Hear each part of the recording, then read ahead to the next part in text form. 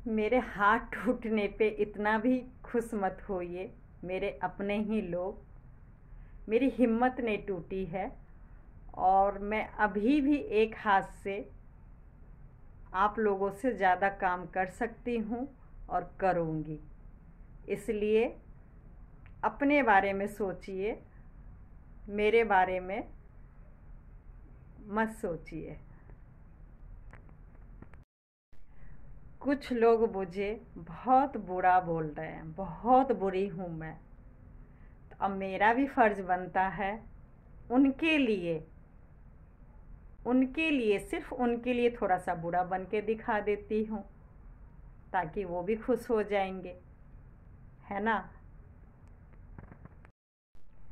हाथ टूटा है, कई महीने तक बेल्ट में रहना है, तो शायद मेरे अपने लोग डर गए हैं कि ये तो अब हमारे मोहताज हो जाएगी, अब तो खुद कुछ कर नहीं सकती है। लेकिन यकीन रखिए, हम आपके मोहताज नहीं होंगे। ऊपर वाले ने चाहा तो मैं एक हाथ से भी अपना और अपनी बेटियों का देखभाल कर सकती हूँ। इसलिए ज़्यादा चिंता करने की ज़रूरत नहीं है, संभाल लूँगी मैं। कुछ लोग इसलिए नहीं चाहते कि मैं 42 साल में या आगे फिर से बच्चा कंसीव करूं, माँ बनूं, क्योंकि उनको लगता है कि हम लोग को करना पड़ेगा। तो आप भरोसा रखिए, जैसे दूसरी बेटी में आप लोगों ने हेल्प नहीं किया और ऊपर वाले ने साथ दिया, ऐसे ही अगर ऊपर वाले ने लिखा होगा और मैं माँ बनूंगी तो आप लोग हेल्प मत कीजिएगा। बस अपने अपने घर में खुश रहिए और मेरे लिए बस थोड़ा सा बद्दुआ मत भेजिएगा।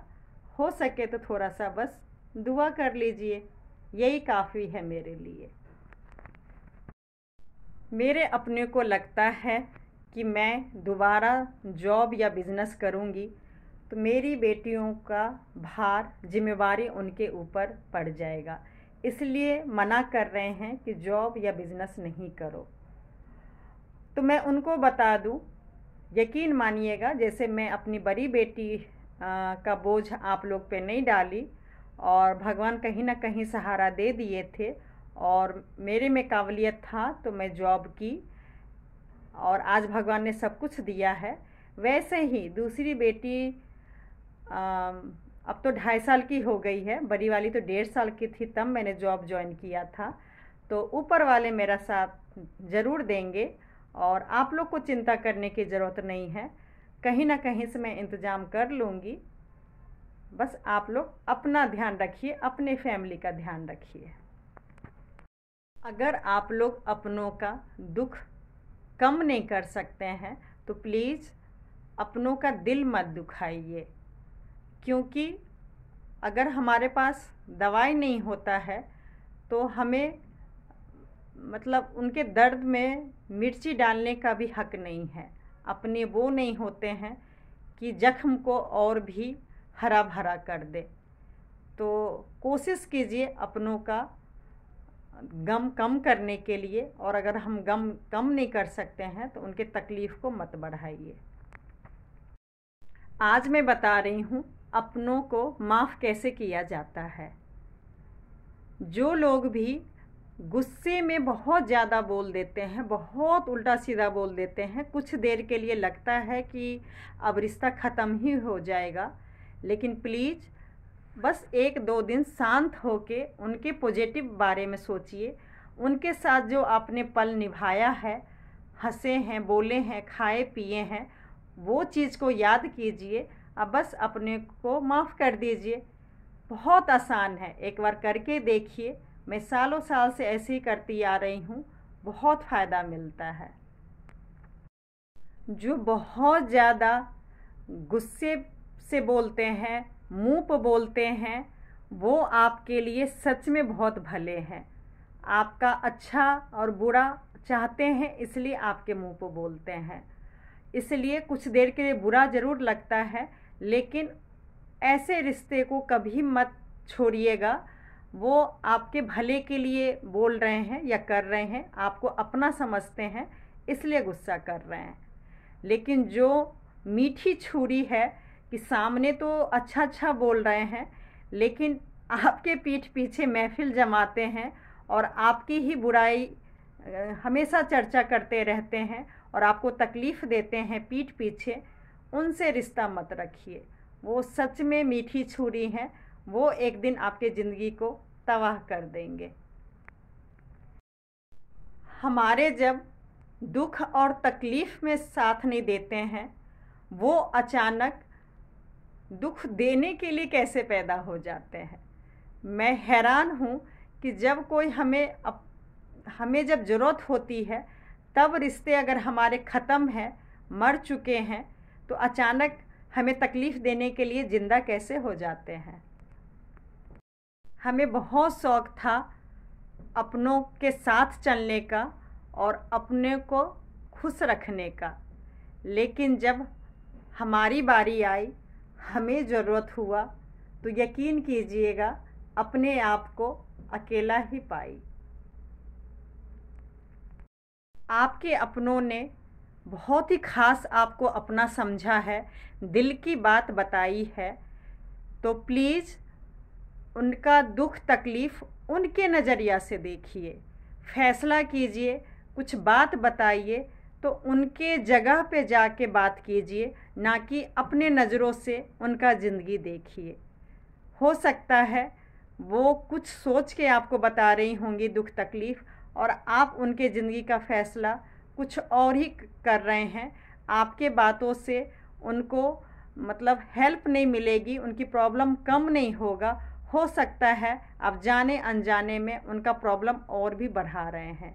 तो उनके जगह पे जाके देखिए, फिर उनके प्रॉब्लम को सॉल्व करने की कोशिश कीजिए। मैंने अपने ही लोगों से बात करना छोड़ दिया,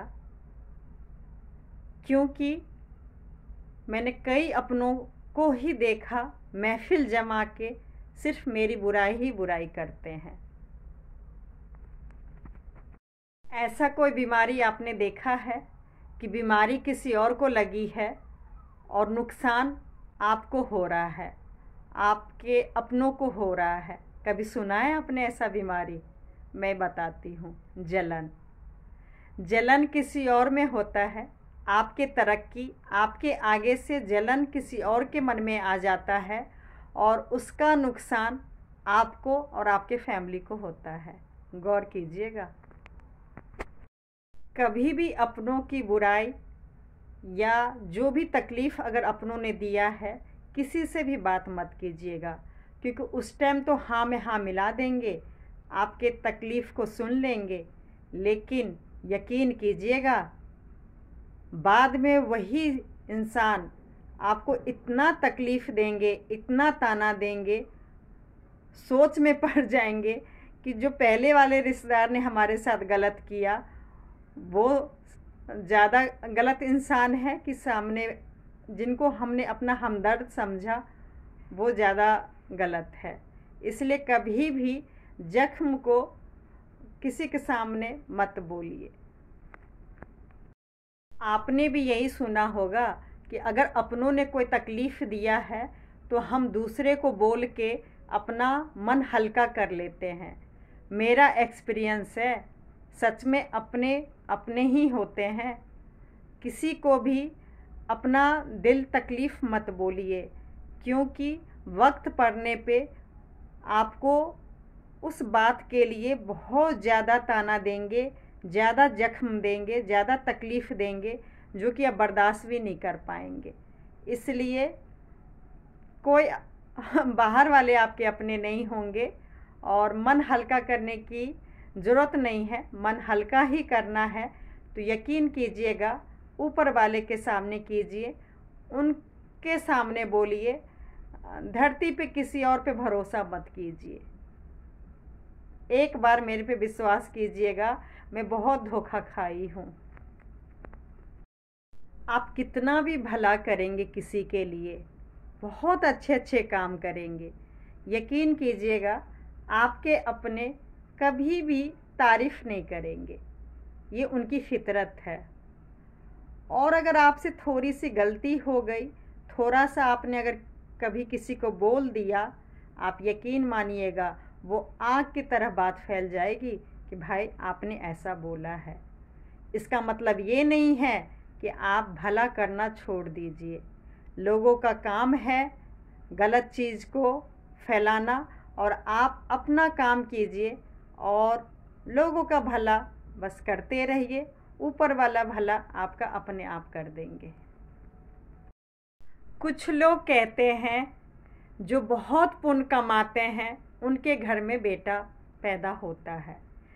चलिए आज मैं मान लेती हूँ कि सच में उनके घर में ही बेटा पैदा होते हैं, और जो पाप करते हैं उनके घर में बेटियां पैदा होती है। तो आप क्यों पाप कर रहे हैं? क्यों दूसरे की बेटियों को, दूसरे लेडीज़ को इतना तौहीन कर रहे हैं? जब आपने पिछले जन्म में पुण्य कमाया है और आपके घर में बेटा पोता हुआ है, तो पाप करके अपना वंश यहीं पे ख़त्म क्यों कर रहे हैं? आपको नहीं लगता कि इस जन्म में आप इतना पाप कर रहे हैं, दूसरे के बेटियों को सपोर्ट नहीं कर रहे हैं, तो क्या आपका वंश चलेगा? ज़रा सोच के देखिएगा। तो कुछ लोग हमारे कर्मों का हिसाब किताब लेते हैं, लेकिन वो भूल गए हैं वो भी एक इंसान ही है। जो हमने कर्म कर लिया है, अच्छा या बुरा, आपके कहने से ना ही मेरा अच्छा हो सकता है ना ही बुरा हो सकता है। जो हमने कर्म कर लिया है, आपके कहने से कुछ भी चेंज नहीं होगा। वो सब कुछ ऊपर वाले ने देख लिया है, और वक्त के साथ साथ फल भी अच्छे या बुरे दे रहे हैं। तो कुछ काम भगवान पे ही छोड़ दीजिए, है ना। हम इंसान भगवान बनने की कोशिश क्यों कर रहे हैं? अपना अपना कर्म देखिए और अपना अपना कर्म सुधारने की कोशिश कीजिए, बाकी काम भगवान पे छोड़ दीजिए। कुछ लोग को लगता है अगर कोई तकलीफ़ हो जाता है या कोई प्रॉब्लम हो जाता है, बीमारी हो जाता है, तो वो बस आपस में एक दूसरे से बात करना शुरू कर देते हैं कि देखो पाप का फल मिला है। और वही जब आप लाखों कमा रहे होते हैं, तब उनके मुंह से तारीफ़ नहीं सुनेंगे, पीठ पीछे तारीफ़ नहीं सुनेंगे कि उसने बहुत अच्छा अच्छा कर्म किया होगा, जिसका नतीजा है कि देखो कितना कर्म कम एज में कितना आगे मतलब चली गई है ना। लेकिन थोड़ा सा अगर कुछ प्रॉब्लम हो जाता है तो कर्मा गिनवाने लगते हैं कि ज़रूर कुछ गलत किया होगा। तो अरे भाई, हम भी इंसान ही हैं। जब अच्छे अच्छे हमारे कर्मों से अच्छा चीज़ हुआ है तो हमने भी कुछ गलती किया होगा, जिसका नतीजा है कि प्रॉब्लम हुआ है। आप अपना क्यों मुंह खराब कर रहे हैं?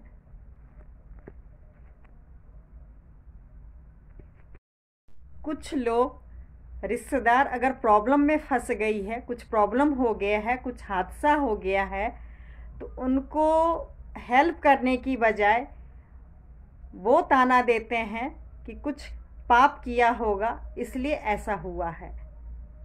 लेकिन वो दूसरे का पाप देख रहे हैं, लेकिन वो ये नहीं सोच पा रहे हैं कि ऊपर वाले के पास खाता लिख चुका है। जो भी कर्म हम कर रहे हैं या वो कर रहे हैं, ऊपर वाले वक्त के साथ साथ सबको ही सजा देते हैं और अच्छा भी करते हैं। तो जब सब कुछ पता है कि कुछ पावर भगवान ने लिया हुआ है, तो आप इंसान क्यों भगवान बनने की कोशिश कर रहे हैं? आप दूसरे का कर्म और दूसरे की गलती मत गिनवाइए, अपना अपना आत्मा देखिए, क्या आप 100% सही हैं?